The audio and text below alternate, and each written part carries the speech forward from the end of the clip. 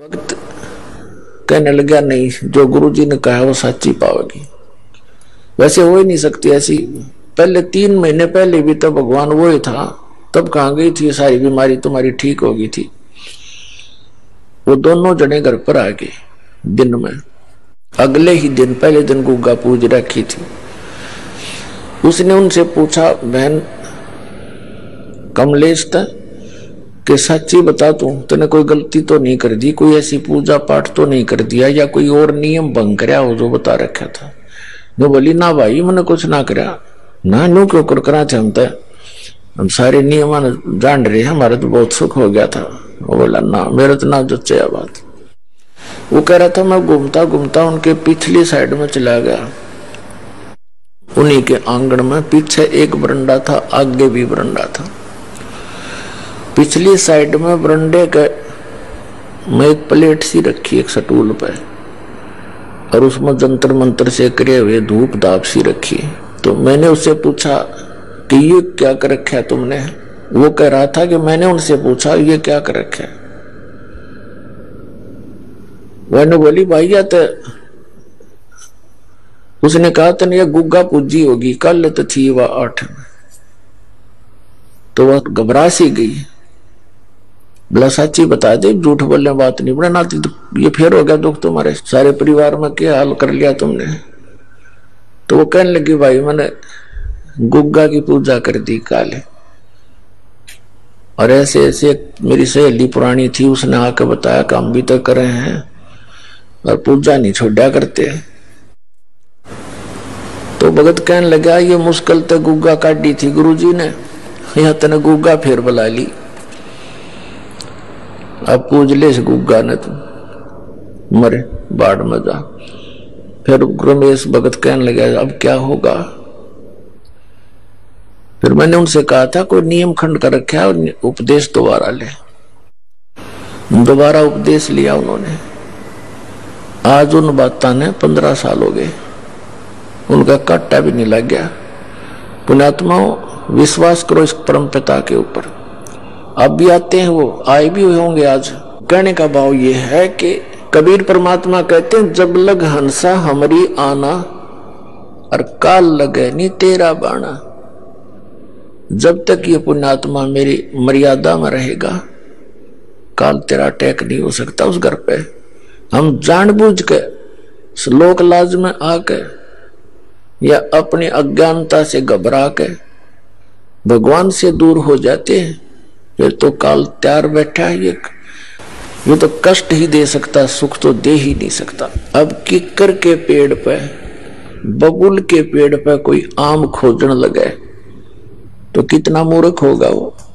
आम तो आम पर ही मिलेंगे, आम के पेड़ पर ही मिलेगा आम का फल। तो कबीर परमात्मा आम का पेड़ है, ये काल भगवान बबूल का पेड़ है, इसमें कांटों के अतिरिक्त कुछ नहीं मिला आपने। तो कहने का भाव ये पुण्यात्मा 100 वर्ष सतगुरु की पूजा, एक दिन आन उपासी और वो अपराधी आत्मा, फिर पड़े काल की फांसी। तो ये दृढ़ता के साथ इस नियमों का पालन करते हुए इस परमात्मा की शरण में रहो। समर्थ का शरणागहो रंग होरी हो, कदे न हो ए काज राम रंग होरी हो। एक किसान भगत था, वो बता रहा था जी एक दिन मैं अपनी बहन के चला गया, उसके जमीन अधिक थी, वर्षा होगी, हमारे यहाँ वर्षा हुई नहीं। तो उसका संदेशा आ गया कि भाई जमीन जो है काफी, अब वर्षा के कारण सारी ही जमीन की गुड़ाई करनी पड़ेगी हल से। मैं दोनों बैल अपने लेकर हल लेकर के वहां बहन के वहां चला गया। मेरा बहनोई था, वो दूसरे खेत में काम कर रहा था, उसके अपने बैलों से मेरे को दूसरे खेत में जाना था, मैं वहां चला गया। वहां दोपहर के समय एक छोटा सा तालाब होता, जोड़ी बोल रहे खेतों में होती है छोटा सा तालाब, उसके आसपास झाड़ जंखाड़ से होते हैं, वृक्ष होते हैं। वहां बैल बांध के विश्राम कर रहा था दोपहर में। तो मैं थोड़ा सा देखा, अंदर ने एक मंडी सी बनी हुई थी, ऐसे छोटी सी मंडी, किसी पीर की थी, वह मर गया हुआ कोई। ये क्या होता है, ये भक्त जो होते हैं, गुरु होते हैं, ये पिछले पुण्यकर्मी प्राणी होते हैं। पिछली बैटरी चार्ज होती है इनकी, और आगे सत भक्ति ना मिलने से आगे चार्जर होता नहीं, तो ये मर जाते। मृत्यु के बाद भी इनमें कुछ भक्ति की शक्ति शेष रह जाती है, और वो प्रेत बनकर भटकते रहते हैं। फिर वो मंडी बनवाते हैं, उसमें विश्राम करते हैं इतने को 4 ईंटों के अंदर। तो उस पीर की कोई जैसे बोल देते हैं, एक 5 किलो गुड़ चढ़ा रखा था, जिसने बेली कहते हैं यहाँ पर, बेली। वो 5 सेर गुड़ का वो दान करते हैं। तो मैंने देखा गुड़ बड़ा सुंदर बढ़िया, मैंने वो उठा के कुछ तो आप खाया और कुछ बैलों को खिला दिया। खेतों में चारा चराते इसमें फोड़ फोड़ के उनका गिर दिया। तो शाम ने मैं घर आ गया। रात को मैं सोया तो मुझे एक 5-1 फुट का 4-4.5 फुट का व्यक्ति दिखा, दाढ़ी सी बड़ी हुई, साधु संत जैसा, और लाल आंख कर रखी उसने, भयंकर सा चेहरा बना रहा। अनु बोला, मेरा गुड़ तूने खा लिया? तो सपना ही होता है। मैं कहने लगा, बाबा जी तेरा गुड़ ना था, मैं तो मंडी पर ते लाया था ठाके। बोला, वो मंडी मेरी ही है, मैं पीर हूं, फलाना हूं। अनु बोला, तू तगड़े की शरण में है, ना तन्ना मारूं और तेरे बैलान मारता। वो बोला, भाई सपना टूट गया, डर सा तो गया। बोला कि मैं एक बार अग्यू के बोला आगी भाई, एक दिमाग खुली तो कुछ भी को ना। तो सुबह मैंने अपनी बहन और बहनोई से बताया, तो वो दोनों शक पके है रह गए कि तू जीवे कैसे है। वहां तो कितनी जबरदस्त बला रहती है, उसका किसी ने भी कोई वस्तु ऐसे कर दी गड़बड़, वो जीवित नहीं छोड़ा करता, तू बच कैसे गया। तब मेरा भी जच्ची तो सचमुच ये बात बिगड़ा हो, जब मालिक की शरण ना होती तब उसने बताया, हमारा कुछ ना बिगाड़ सकते ये पलूरे, हम परमात्मा की शरण में हैं। तो वो अब मेरे मुंह का नहीं देखे, सारी कथा सुनकर वो डर गए, फिर और गणे। तो परमात्मा कहते, समर्थ का शरणा गहो रंग होरी हो, और कदे ना हो अकाज राम रंग होरी हो। कबीर परमेश्वर के पास ये सभी देवी देवता, ये पीर वगैरह जाकर ये भूत खड़े हो गए और कहने लगे, भगवान जो आपको पूजते हैं वो हमारी पूजा नहीं करते, अब हमने ठोर बताओ हम कहां जाएं। परमात्मा कहने लगे कि जो मेरी पूजा नहीं करते वो तुम्हारे लिए हैं, उनको लूटो खाओ। देवी देव ठाडे भये हमको ठोर बताओ, जो हमको पूजे नहीं उनको लूटो खाओ। कबीर साहब कहते हैं, जो मेरी पूजा नहीं करते वो तुम्हारे लिए हैं, और वो क्या किसके लिए है, लेकिन जो मेरी शरण में आ गए हैं उनके निकट मत आ जाना। धर्म राय दरबार में देई कबीर तलाक, मेरे भूले चुके हंस को तू पकड़िए मत कजाक। होय होय पुण्यात्मा, होय होय कितनी भूल लगी थी हमारे को। हम लाल को छोड़कर कौड़ियों को इकट्ठा करके धनी बनना चाहते थे। इतने समर्थ परमात्मा कबीर साहब, वो जुलाहा दानक जो काशी में आए थे, जिनको एक कवि कहकर हमने उनके इतिहास को बंद कर रखा था।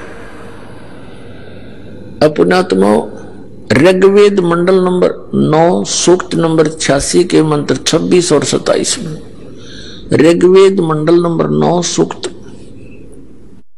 82 के मंत्र 1, 2, 3 में, ऋग्वेद मंडल नंबर 9 सूक्त 94 के मंत्र 1 में, ऋग्वेद मंडल नंबर 9 सूक्त 95 के मंत्र 2 में, ऋग्वेद मंडल नंबर 9 सूक्त 96 के मंत्र 16 से लेकर 20 तक और ऋग्वेद मंडल नंबर 9 सूक्त 20 के मंत्र 1 में, ऋग्वेद मंडल नंबर 9 और सूक्त 1 मंत्र 8-9 में और भी अनेकों स्थानों पर कबीर परमात्मा की और परमात्मा की यथार्थता भरी पड़ी है। उसमें लिखा कि वो परमात्मा ऊपर रहता तीसरे मुक्ति धाम में और वहां से गति करके चल के आता है, बिजली जैसी गति से, बहुत तीव्रता से, सेकंड के अंदर, और अच्छी आत्माओं को मिलता है और उनको यथार्थ ज्ञान से परिचित कराता है। उनमें से जिन अच्छी आत्माओं को कलयुग में परमात्मा मिले, जो दास के नोटिस में है, कौन कौन है? आदरणीय धर्मदास साहिब जी, जिनको परमात्मा स्वयं आकर के एक जिंदा महात्मा के रूप में, वो परम पुरुष खुद आए और सतलोक लेकर गए। 3 दिन और 3 रात तक धर्मदास जी भी अचेत पड़े रहे। घर वाले ने सब जंतर मंत्र करा लिए, सब औषधि करवा ली, कोई फर्क नहीं हुआ। तीसरे दिन सब ब्रह्मांड दिखाकर अपनी स्थिति से परिचित कराकर वापस छोड़ दिया। फिर उस पुण्य आत्मा ने उस कबीर परमेश्वर की आंखों देखी महिमा कबीर सागर के अंदर कलम तोड़ लिख रखी है। आदरणीय मुल्कदास साहिब जी को मिले, आदरणीय नानक साहिब जी को बेई नदी पर, वर्तमान में पश्चिमी पाकिस्तान के अंदर बेई नदी है, सुल्तानपुर शहर के साथ से बह रही है। सुल्तानपुर शहर में नानक साहिब जी सुल्तानपुर के नवाब के यहाँ मोदी खाने में नौकरी किया करते थे। प्रतिदिन उस बेई नदी पर स्नान करने जाते थे। वह परमात्मा 2 बार मिले उनको।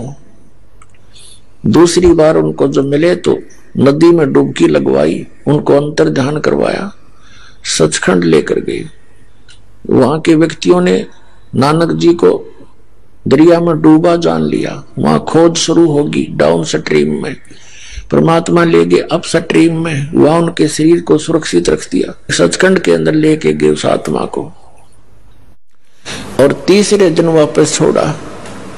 तीसरे दिन नानक साहिब जी फिर वहीं दिखाई दिए, शरीर में आगे वापस।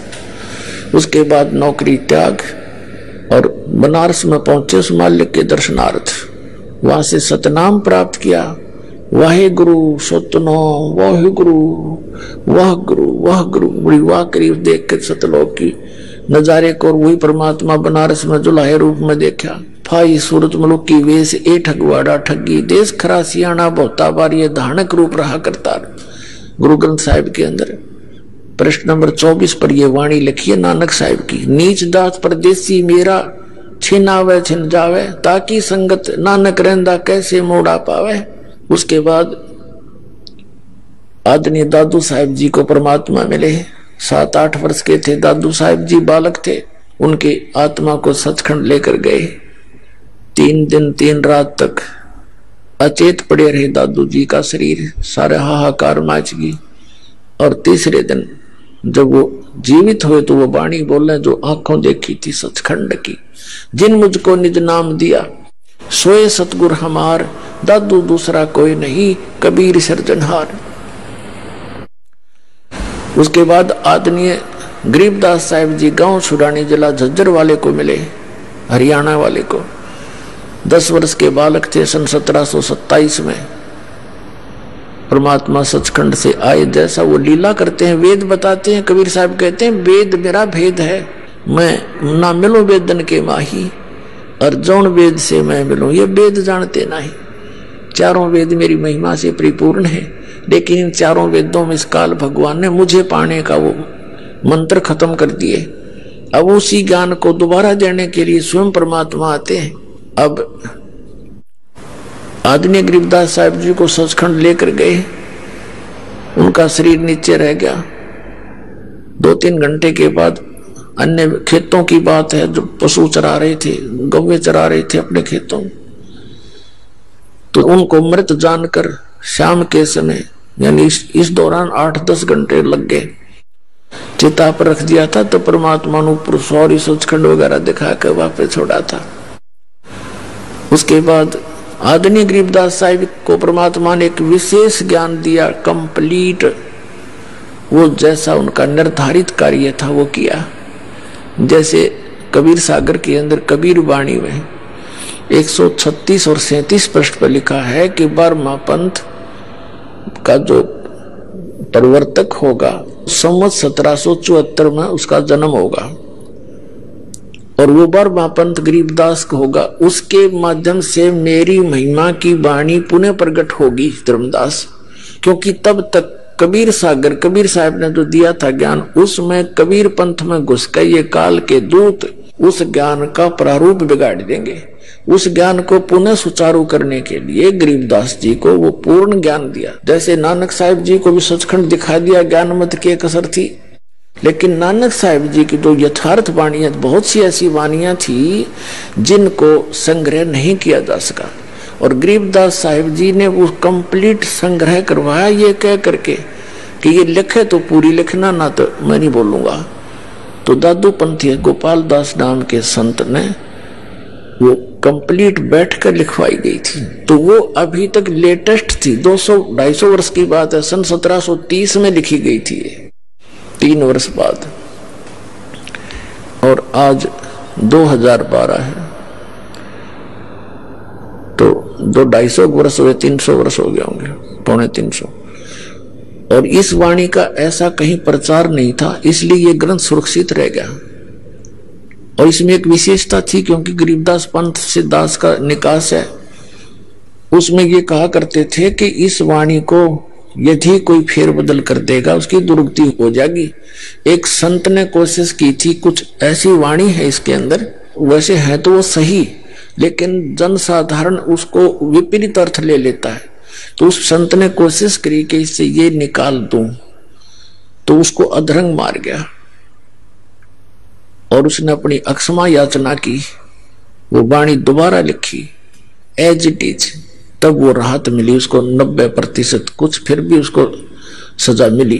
तो उसके बाद पूरे गरीबदास के पंथ में जितने भी महंत संत हैं सब इस चीज से डरते हैं कि मात्रा भी गलत ना कर दिए इसी वाणी का। ये इसलिए किस लिए किया था कि ये तो काम बिगाड़ देंगे, अपने अपने मत से ना समझ कर अपनी बुद्धि अनुसार ये सदग्रंथों का अनरस कर डालते हैं। तो वो वाणी आज हमारे पास है एज इट इज, और वो गरीबदास पंथ वाले नहीं समझ सके परमात्मा के गुण रहस्य को,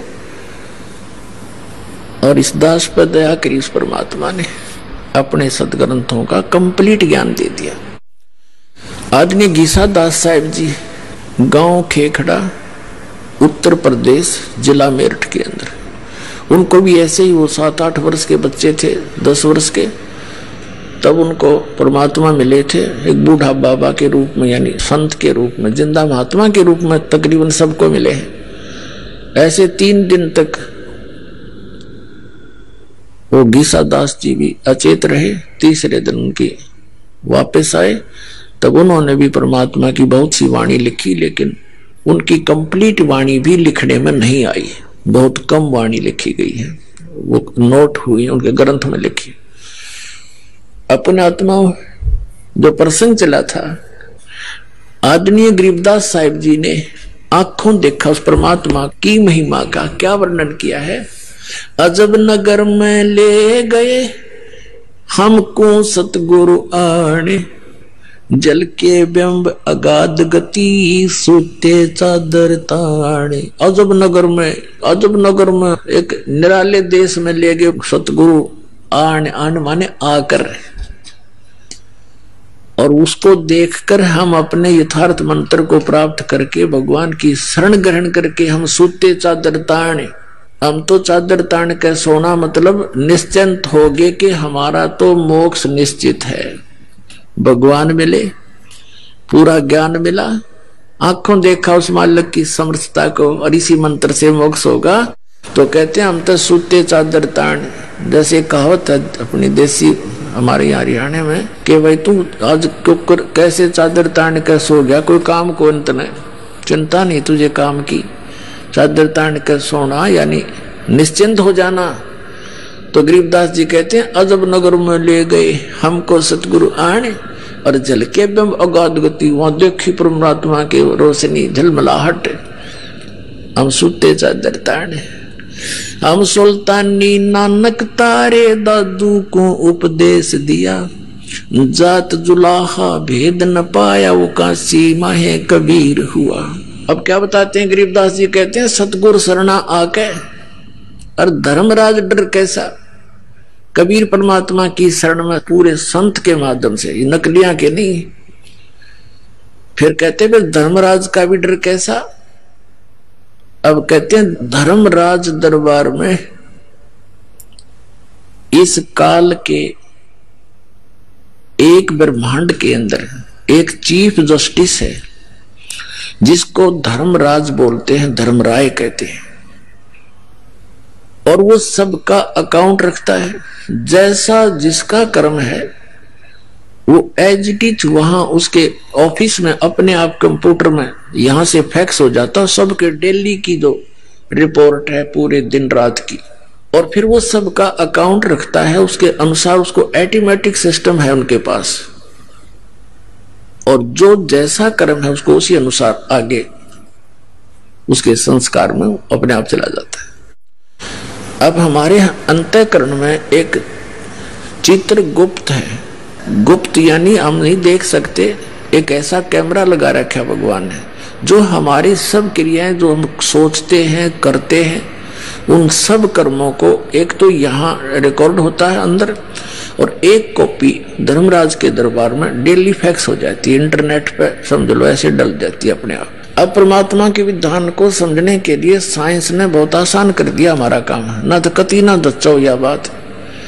अब सारी समझ में आवे है, बुद्धिमान व्यक्ति हो गए। तो कहते हैं कबीर परमात्मा जब मुझे लेकर गए, आदरणीय गरीबदास साहिब जी कहते हैं कि परमेश्वर परम अक्षर ब्रह्म कबीर जी मुझे साथ लेकर जब गए तो यहाँ के उस चीफ जस्टिस के सामने, पहले तो ब्रह्मा विष्णु महेश के लोक में गए, तो जहां भी परमात्मा जाते थे तो सभी खड़े होकर के उनका सत्कार करते थे।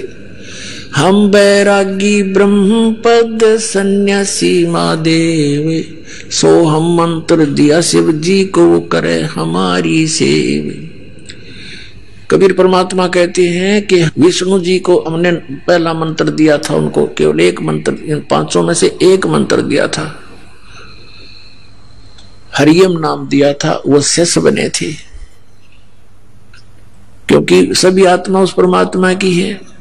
सबसे पहले कबीर परमात्मा ब्रह्मा जी को मिले थे, अग्नि ऋषि नाम अपना रखा था, दाता ने बताया था कि मैं अग्नि ऋषि हूं।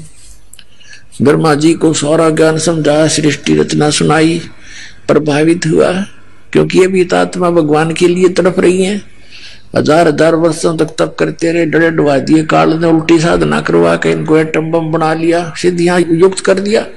ये हठ योग करने से कोई लाभ नहीं होता, काल की प्रेरणा, काल का ही मटेरियल इसके अंदर संग्रह होता है, वो नहीं करना हमने। तो ब्रह्मा जी को परमात्मा मिले, सारी कथा सुनाई, बड़ा प्रभावित हुआ और बताया कि बच्चा गुरु के बिना मोक्ष नहीं होगा। ब्रह्मा जी ने उपदेश लिया, परमात्मा ने उनको ओम मंत्र दिया क्योंकि वो वेद पढ़ा करता, ओम से प्रभावित था। तो परमात्मा चाहते थे एक बार स्टार्ट हो जाए किसी तरह, फिर मैं इसको सही मंत्र दे दूंगा, इसका पीछा छूट जाएगा और ब्रह्मा फिर सबको बता देगा क्योंकि ज्ञान प्रचार यही कर रहा है, मेरा काम हल्का हो जाएगा।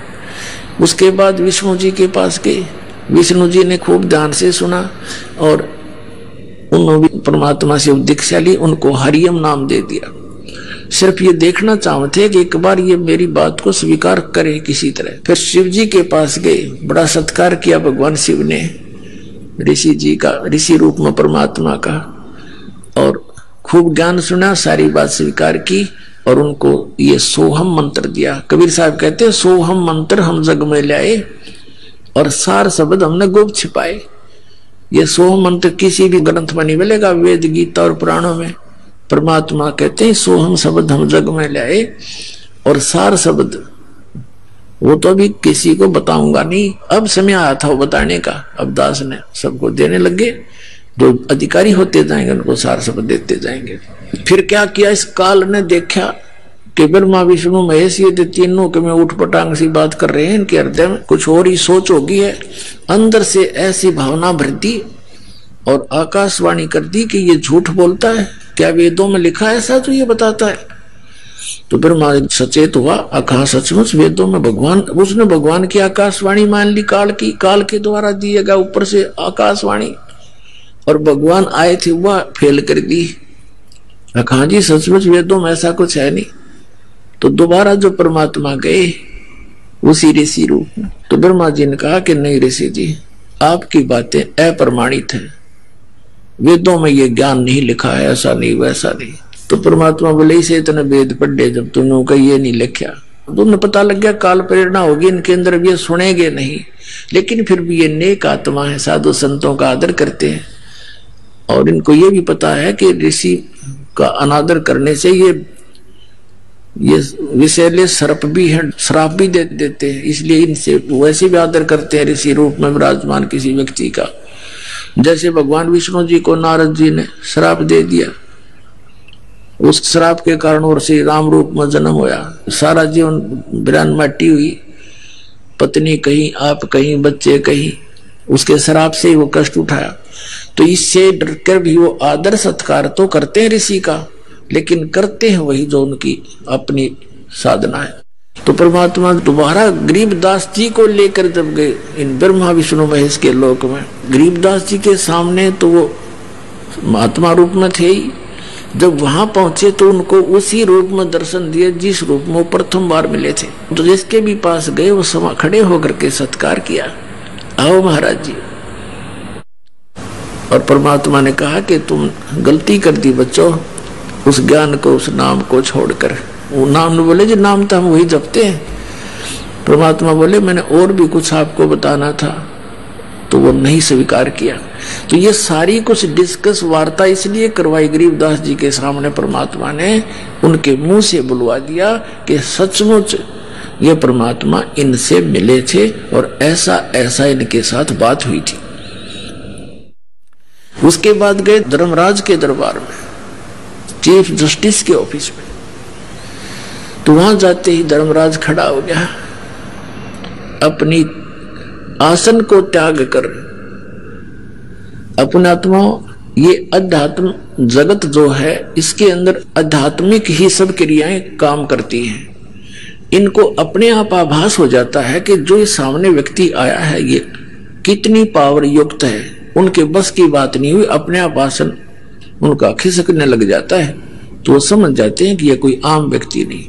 तो धर्मराज के दरबार में परमात्मा पहुंचे तो उसका आसन ऐसे ऐसे करने लगा, वो एकदम खड़ा हो गया और हाथ जोड़कर खड़ा हुआ। तब परमात्मा खड़े हैं जैसे एक छोटे अधिकारी को बड़ा अधिकारी आदेश देता है और साथ में उसको डांट भी लगाता है।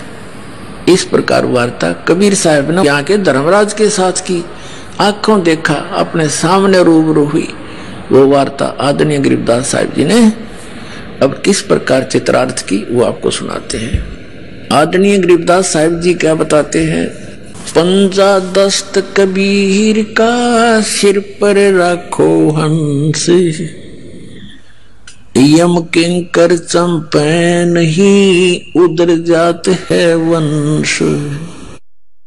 पंजा दस्त कबीर का और सिर पर रखो हंस। हे पुण्यात्माओं, अपने कबीर परमेश्वर का पंजा अपने सिर पर रखना और यम के दूत आपके निकट नहीं आवेंगे और तुम्हारा पूरा कुल का कुल पार हो जाएगा। पंजा दस्त कबीर का सिर पर रखो हंसे, जम किंकर चंपे नहीं उधर जात है वन से। दर्द बंद दरवेश हैं ये सतगुरु पुरुष कबीर, नाम लिए बंद छूटे हैं ये टूटे जम जंजीर।